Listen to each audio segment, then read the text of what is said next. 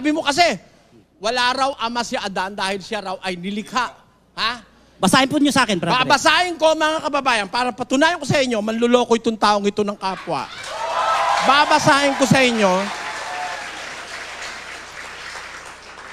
Babasahin ko sa inyo. Lahat ng nilikha may ama, kasama si Adan. Pakinggan nyo. Lagay mo sa screen. Malakyas, 2 Gs. Pakilagay sa screen. Pakinggan nyo ha. Malakyas, 2 Gs. Ang tagal. Eto. Wala baga tayong lahat na isang ama?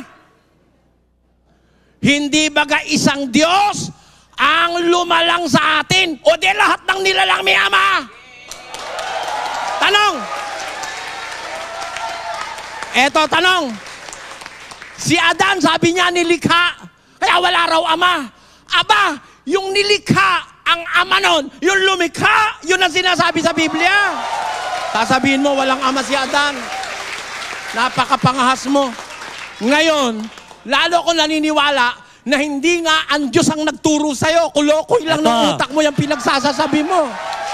Sasabihin mo, walang ama si Adan. May ama eh. Nababasa nga, Adam was the son of God. O, di ba? Nakasulat. Okay.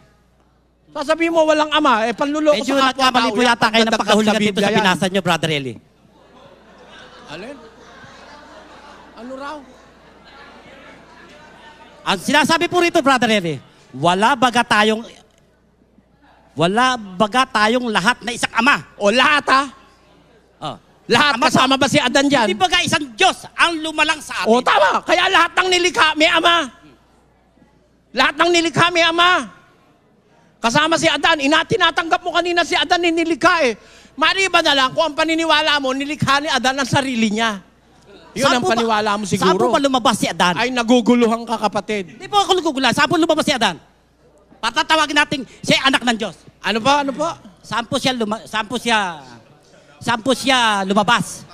Dapat ikaw ang sumagot sa tanong ko at wag mo akong tanungin. Baka wala ka na sa sarili mo. Ikaw ang undercross, hindi ako.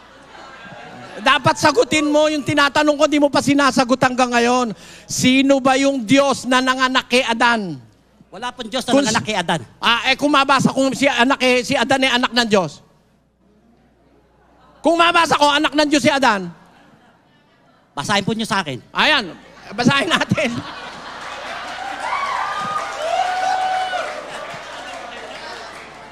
Tres. Pakilagay sa screen. 3:38 ng Lucas. Ayan. Which was the son of Enos, which was the son of Seth, which was the son of Adam, which was the son of God. Amen. Si Adan, anak ng Diyos. Ang liwaliwanag niyan. O gusto nyo, lagyan natin, i-Hebreo natin yung original na Biblia, ha? Sa 3:30 o sa Griego, 3:38 ng Lucas. Ang sabi rito, si Adan ay, eto, pakikita natin sa screen. E-sword. Sa e-sword. Pakilagay sa screen. Mali.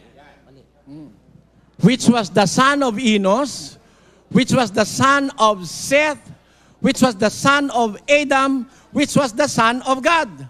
Tingnan natin kung ano ang paliwanag nung nung Griego dyan, doon sa salitang son of God. Theos yun eh.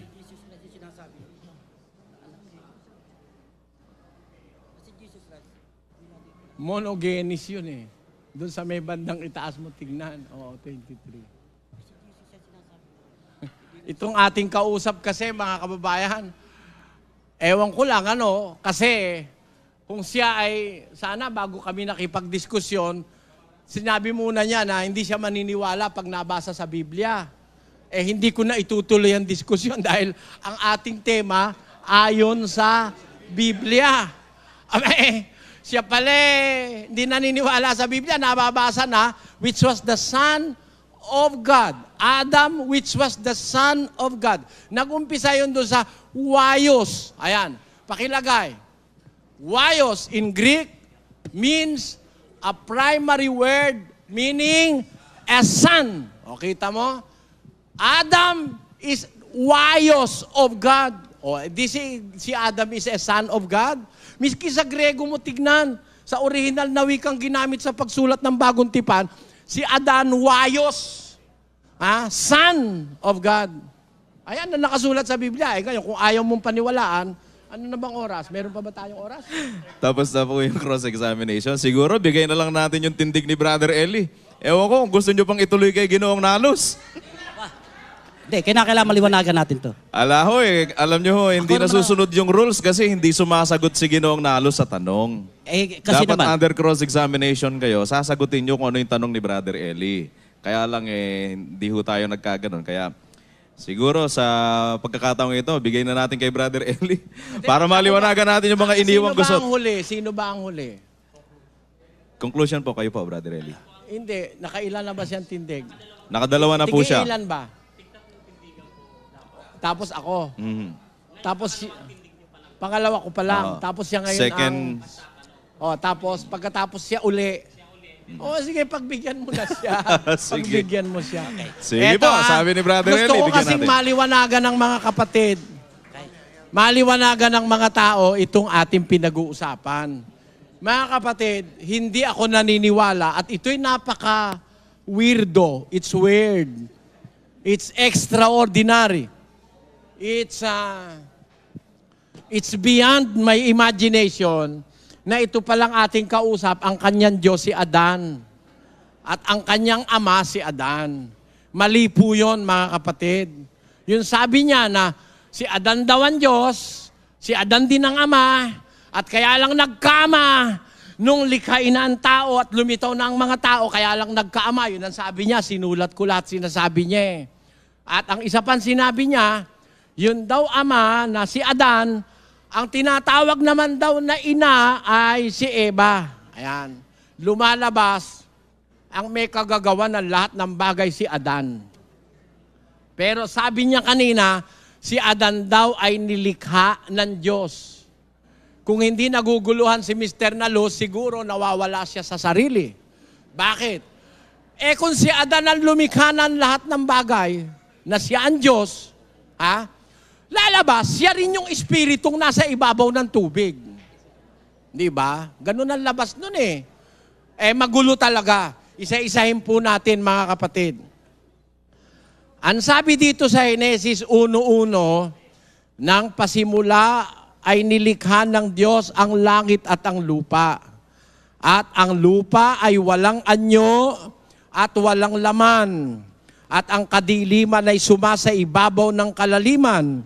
At ang Espiritu ng Diyos ay sumasa ibabaw ng tubig. Yan. Yun daw Espiritu ng Diyos na sumasa ibabaw ng tubig, ang sabi niya rito sa ating tema, patutunayan ko na ang Espiritu ng Diyos na nasa ibabaw ng tubig sa Henesis 1:2 ay ang Diyos na lumikha ng lahat ng langit at lupa ayon sa Biblia. Yan ang paksa na aming pinag-uusapan, tinututulang ko. Bakit po ako tutol na yung Espiritu ng Diyos, yun ang lumikha ng langit at lupa at ng lahat ng bagay? Na yun ang nasa ibabaw ng tubig. Bakit po ako tutol? Itutuloy ko lang po ang basa. Ano po? At ang kadiliman ay sumasa ibabaw ng kalaliman at ang Espiritu ng Diyos ay sumasa ibabaw ng tubig. Kung ang Espiritu ng Diyos siya mismong Diyos, ang Diyos po'y liwanag Asan man ang Diyos, nandun ang liwanag. Magiging mali ang deklarasyon ni Moises na nasa ibabaw ng kalaliman ang kadiliman. Ang tinieblas or darkness is upon the face of the deep. When God is upon the face of the water, then darkness must not be upon the face of the deep. Bakit? Kasi ang Diyos ay liwanag. Pakinggan nyo sa 1:5 ng unang Juan.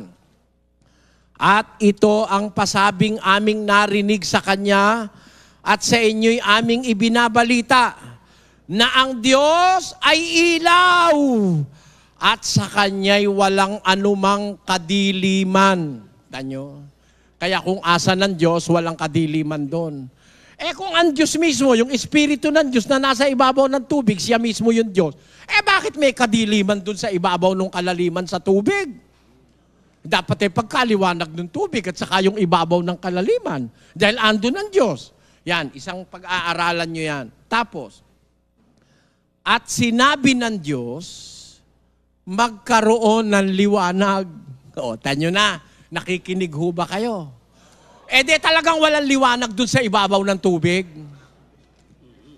Kung may liwanag na ron, at yung Diyos na liwanag ang nandun sa ibabaw ng tubig, bakit naman kaya sinabi pa ng Panginoon na magkaroon ng liwanag? Ano siya? Nasisiraan ng bait? Andun na siya, magkaroon pa ng liwanag dun sa ibabaw ng lupa. Magkaroon ng liwanag. Ibig sabihin, walang liwanag nung oras na yon. Dahil ang nandoon lang sa ibabaw ng tubig, yung Espiritu ng Diyos at hindi ang Diyos. Naintindihan nyo, mga kapatid? Tuloy. Tuloy natin. Tuloy. At tinawag ng Diyos, at nakita ng Diyos ang liwanag na mabuti, at inihiwalay ng Diyos ang liwanag sa kadiliman. At tinawag ng Diyos ang liwanag na araw, at tinawag niya ang kadiliman na gabi, at nagkahapon at nagkaumaga ang unang araw. Yan. Therefore, pagkalikha ng Diyos ng liwanag, pag sinabi niya magkaroon ng liwanag, inihiwalay ng Diyos yung liwanag sa dilim. Yung liwanag tinawag niyang araw at ang kadiliman ay tinawag niyang gabi. Ano ang nangyaring sumunod? Tuloy po natin. At sinabi ng Diyos, magkaroon ng isang kalawakan sa gitna ng tubig at mahiwalay ang tubig sa kapwa tubig. At ginawa ng Diyos ang kalawakan. Ano po ang ginawa ng Diyos sa kalawakan? Sabi niya, magkaroon ng kalawakan. Para magkaroon, sabi ng Biblia, ginawa ng Diyos ang kalawakan at inihiwalay ang tubig na nasa ilalim ng kalawakan sa tubig na nasa itaas ng kalawakan at nagkagayon. Yung palang kalawakan, nilikha rin ng Diyos eh. Sabi niya kanina, nung hindi pa raw lumikha ang Diyos ng kahit anong bagay, nasa kalawakan daw. Wala nga siya sa kalawakan eh. Wala siya. Bakit? Nandun siya sa isang lugar, ang sabi niya, magkaroon ng kalawakan. Let there be a firmament. Magkaroon ng kalawakan. At ginawa niya ang kalawakan. Hindi niya pa ginagawa ang lahat ng bagay. Sabi mo, asan siya? Paano siyang napunta sa kalawakan? Yung pati palang kalawakan, ginawa niya rin. Naintindihan niyo, mga kapatid? Ang mali-maling pagtuturo nitong ating kausap, ginawa rin niya ang kalawakan. At pagkagawa ng kalawakan, inihiwala niya yung tubig sa itaas ng kalawakan, dun sa tubig sa ilalim ng kalawakan, at nagkagayon. At nasa versikulo 8 na tayo. At tinawag ng Diyos ang kalawakan na langit. Ayun. Yung palang kalawakan, yun pala yung langit. Sabi niya, asa ng Diyos nung hindi pa nililikha lahat ng bagay, nasa kalawakan daw. Yung palang kalawakan, yung pala yung langit eh. Wala pang langit at lupa. Paano napunta siya sa kalawakan? Wala pang ang kalawakan, wala pang langit. Yung langit nga ang kalawakan eh. Sabi rito eh. At ginawa ng Diyos yun. Ngayon, at sinabi ng Diyos, mapisan ang tubig na nasa silong ng langit, na nasa ilalim ng kalawakan, dahil may tubig sa ibabaw eh. Mapisan ang tubig na nasa silong ng langit sa isang dako, at lumitaw ang katuyuan, at nagkagayon. Tinawag ng Diyos ang katuyuan na lupa, at ang kapisanan ng tubig, tinawag niyan dagat. Ayan, pinakikita ang liwanag eh. Dati, puro tubig eh. Isang globo ng tubig. Sabi ng Diyos, lumitaw ang katuyuan doon sa tubig. Nauna pala tubig bago yung tuyo, ano? Lumitaw ang katuyuan. Nung lumitaw na yung katuyuan, sabi ng Diyos, tinawag ng Diyos ang katuyuan na lupa. Ayan na nga yung lupa. Ayan. At ang mga tubig, tinawag niyang dagat. Ayan. Di ba maliwanag yan, mga kapatid? Ngayon, kung si Adan ang Espiritu ng Diyos, lalabas, kung si Adan ang Diyos, lalabas ang gumawa ng dagat si Adan. Ha? Matanda pa si Adan sa dagat. Matanda pa rin siya sa lupa. Yun ang lalabas kay Mr. Nalus. Tanungin natin ang Biblia, kailan ba lumitaw si Adan? Ayan. Lulundag na ako dahil mahaba, wala na akong oras. Ba't ba naman nakipagtema kayo ng 10 minutos? Dapat 1 oras ang isang tindig. Pakinggan nyo. At 26 na, sinabi ng Diyos, lalangin natin ang tao ayon sa ating larawan, ayon sa ating wangis, at magkaroon. Yung bang salitang magkaroon, meron na, wala pa. Very good. Buti pa kayo, naintindihan nyo. Wala kayong tinanggap na pahayag, pero naintindihan nyo. Ang sabi, sinabi ng Diyos, lalangin natin ang tao at magkaroon sila ng kapangyarihan sa mga isda sa dagat, sa ibon sa himpapawid, sa mga hayop, at sa buong lupa, at sa bawat nagsisiusad sa ibabaw ng lupa. At nilalang ng Diyos ang tao ayon sa kanyang sariling larawan, ayon sa larawan ng Diyos, nilalang niya sila. Nilalang niya sila na lalaki at babae. Ayan. Tapos, nalalang na ng Diyos ang tao. Bibigyan niya ngayon, magkakaroon ng kapangyarihan sa isda, sa dagat, sa etc. etc. Ngayon, sino ba itong tao na nilalang ng Diyos na bibigyan niya ng kapangyarihan sa mga isda, sa ibon, etc. etc. Ito. At nilalang ng Diyos ang tao ayon sa kanyang sariling larawan, ayon sa larawan ng Diyos niyan, nilalang niya sila na lalaki at babae. Ayon. At sila'y binasbasan ng Diyos. At sa kanila'y sinabi ng Diyos, kayo'y magpalaanakin, magpakarami, at kalatan ninyo ang lupa, at inyong supilin, at magkaroon kayo. O ba, wala pala talaga, no? Magkaroon eh. Magkaroon kayo ng kapangyarihan sa mga isda sa dagat, sa ibon, sa himpapawid, sa bawat hayop na gumagalaw sa ibabaw ng lupa. At sinabi ng Diyos, narito, ibinigay ko sa inyo ang bawat pananim na nagkakabinhi na nasa ibabaw ng balat ng lupa at ang bawat punong kahoy na may bunga sa punong kahoy na nagkakabinhi sa inyo ay magiging pagkain. At sa bawat hayop sa lupa at sa bawat ibon sa himpapawid, sa bawat nagsisiusad sa ibabaw ng lupa na may buhay, ay ibinigay ko ang lahat ng pananim na sariwa na pinakapagkain at nagkagayon. At nakita ng Diyos ng lahat ng kanyang nilikha, narito, napakabuti. At nagkahapon at nagkaumaga ang ika-6 na araw. Kailan po lumitaw si Adan? Ika-6 na araw. Paano kung siya yung Diyos? Paano niyang nalikha yung kalawakan? Ika-6 na araw pa lang pala siya nagawa. Sige, mag-isip kayo mga kapatid. Pag hindi kayo naloko, ewan ko sa inyo, yung palang si Adan, yung pala yung Diyos, siya lumikha ng lahat ng bagay. Nung lumitaw pala siya, ika-6 na araw lang. Yung 5 araw na wala pa siya, sino gumawa nun? Yan ang mga tanong na dapat maiwan sa inyong kaisipan. Ngayon, ang isa halaga, yung sinasabi ni Mr. Nalus na ganito, kaya lang nagkaroon ng ama nung nilalang na ang tao. Sino ba yung taong nilalang? Hindi ba si Adan? Ha? Hindi, kaya lang nagkaroon ng ama nung lalangin na si Adan. Paano naging si Adan yung ama? Hindi ba nyo naiintindihan ang ibig ko sabihin? Ito sabi niya, verbatim. Kaya lang nagkaroon ng ama nung nilalang na ang tao. Sabi niya, wala pang ama nung una. Diyos pa lang. Kaya kung babasahin mo ang Henesis, 1 hanggang 26, wala kang mababasang ama, puro Diyos lang. Sabi niya. O, tanggapin ko na, tama yung sabi niya. Na wala pang ama noon, Diyos pa lang.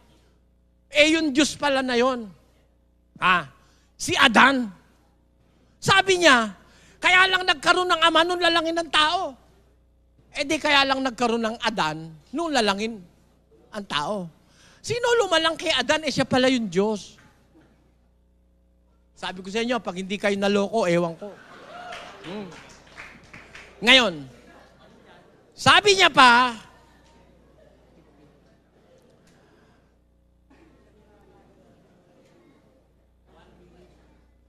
wala pang ama nang hindi pa nalilikha ang tao. Sinulat ko verbatim sino ba naman ang tinatawag na ina?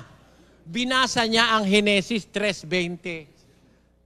At ang Henesis 3:20 na binasa niya, ang sabi ay, ganito sabi, at tinawag na Eva ng lalaki ang kanyang asawa sapagkat siya ang naging ina ng lahat ng mga nabubuhay. Ayan. Kaya ang ina raw si Eva. Ang ama si Adan. Kaya pala kagabi sinasabi niya nung sabihin ng Panginoon, Cain, asa ng iyong kapatid. Ba't ako ba gwardiya ng kapatid ko? Kaya pala pinipilit niya na yung nagsasalita ron si Adan. Kasi ang paniwala niya, yung ama si Adan at ang ina si Eva. Ayan.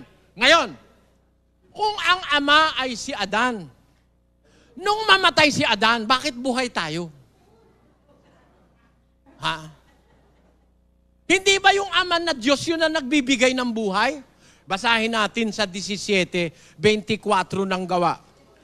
Ang Diyos na gumawa ng sanlibutan at lahat ng bagay na naririto, siya palibhas ay Panginoon ng langit at lupa, ay hindi tumatahan sa mga templong ginawa ng mga kamay.